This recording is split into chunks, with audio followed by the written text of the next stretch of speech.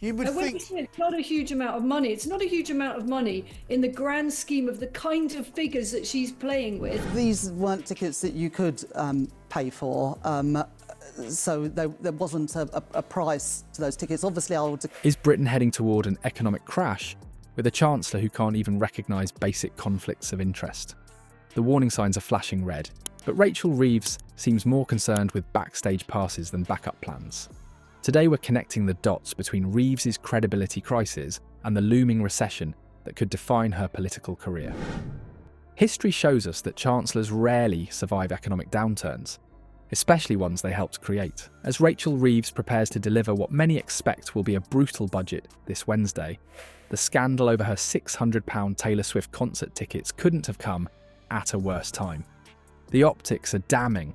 Our Chancellor, who's about to demand belt tightening from millions of struggling Britons. To a concert. I mean, I just can't imagine the judgment call that she made there. It's not inexpensive to be taking hospitality and having a good time. I'm sorry that when you actually have that job as Chancellor of the Exchequer thing, I mean, for most of us, 600 quid to go to a concert is a colossal amount of money. I mean, I simply couldn't resist accepting luxury freebies from a financial organisation with a corporate box at the O2 Arena. Let's be clear about what's really happening here. These tickets weren't merely given to Reeves. They were provided by a financial institution that maintains an exclusive box at the O2. This raises serious questions about potential influence over the person controlling our nation's purse strings. When confronted by Laura Quinsberg about this clear conflict of interest, Reeves's response was painfully revealing. don't have 600 quid spare to go to a concert. So she must have. How come she didn't think that? The right thing for you to do, Rachel Reeves, is to work on sorting out our completely tanking economy. Accepted those tickets and thought to herself, this is all going to be okay. I mean, I'll just take that hospitality. I do now have security, which means it's not as easy as it would have been in the past to just sit in a concert, she stammered, before adding, I thought that was the right thing to do from a security perspective. The excuse rings hollow when you consider the obvious alternative. She could have simply purchased tickets herself. Her claim that these tickets weren't available for purchase contradicts basic reality about concert seating.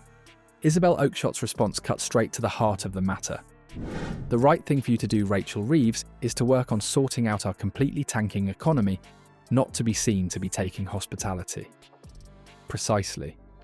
How can someone imposing record tax increases on an already battered nation think accepting expensive freebies wouldn't damage public trust?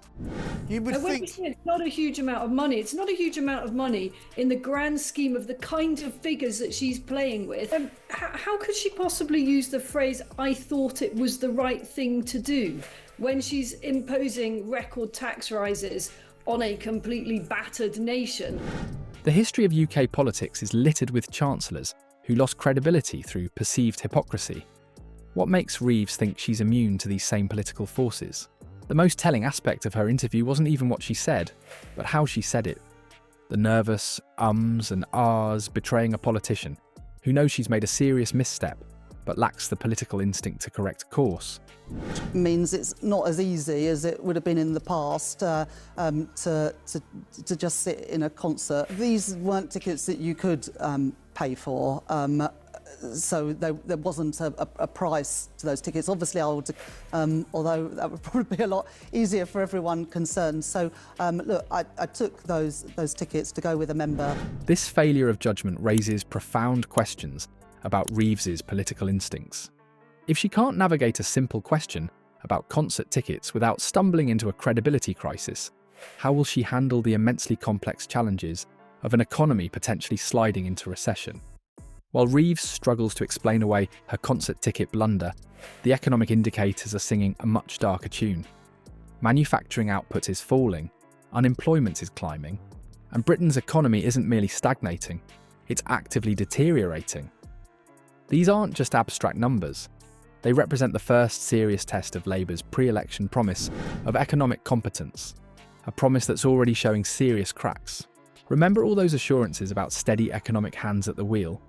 The reality appears drastically different. The manufacturing sector's decline serves as a canary in the economic coal mine. warning of broader troubles ahead. And with unemployment figures trending upward, the economic pressure cooker is building steam just as Reeves prepares to unveil her first budget.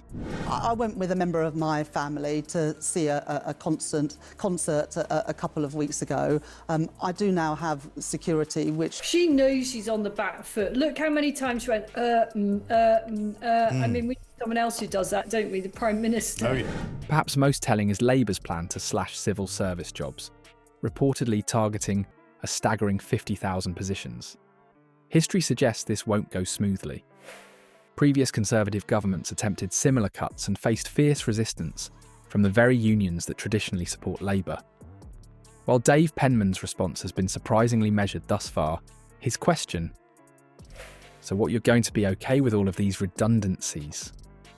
hints at the brewing conflict beneath the surface. The historical precedent doesn't bode well for Reeves either, as Isabel Oakeshott pointedly observed. The Conservatives did manage to cut the civil service quite substantially before 2016, and then hey presto, it went rocketing right back up again. This cycle of cuts and rebounds suggests Reeves is embarking on a path well trodden and ultimately unsuccessful. What's particularly fascinating is the political calculus now facing Keir Starmer. Chancellors have historically served as convenient scapegoats during economic downturns, and Reeves appears perfectly positioned to play this unfortunate role. Oakeshott cuts to the heart of this dynamic. I think he will wait until those economic indices come in. If we do go into recession, that would give him a very good basis, as if any more were needed to shuffle her out of that position. The timing here is crucial. With each economic indicator that flashes red, Reeves's position becomes more precarious. The narrative writes itself. A chancellor who couldn't resist luxury freebies while presiding over an economy in freefall. For Starmer, the temptation to sacrifice Reeves to preserve his own political capital will grow stronger with each disappointing economic report. So there we have it, the perfect storm brewing for Rachel Reeves.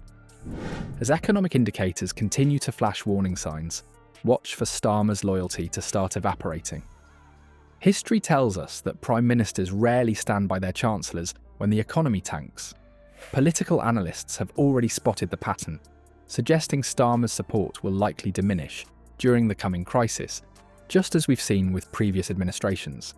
The real tell will be in Starmer's public defences of Reeves over the coming weeks. If his responses become increasingly tepid, or he begins distancing himself from budget decisions, you'll know the writing is on the wall. The supreme irony in all this?